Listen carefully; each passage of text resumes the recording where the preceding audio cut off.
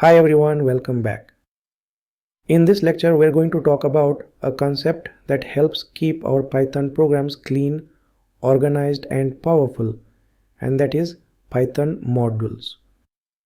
As your Python projects get larger, you don't want to write everything in one file.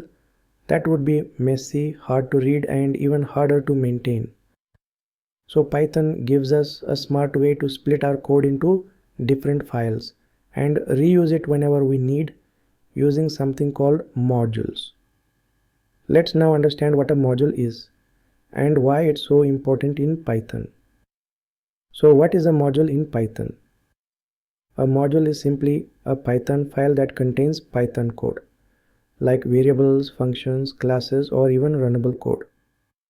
You can think of a module as a toolbox, a separate file that holds reusable parts of your code.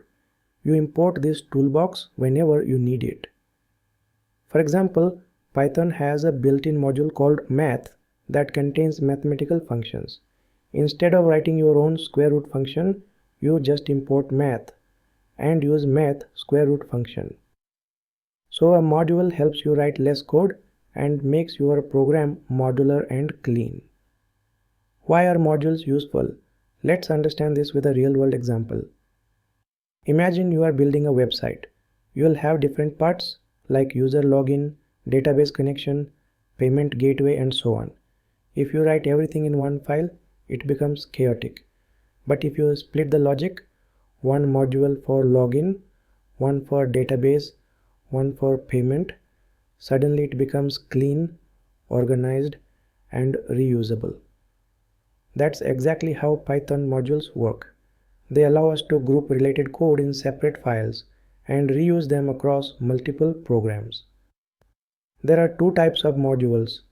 Python offers two types of modules. First, built-in modules. These are modules that come pre-installed with Python. You don't have to install anything. Just import and use. Examples are math, random, datetime, OAS, and sys. Second, user-defined modules. These are modules you create yourself.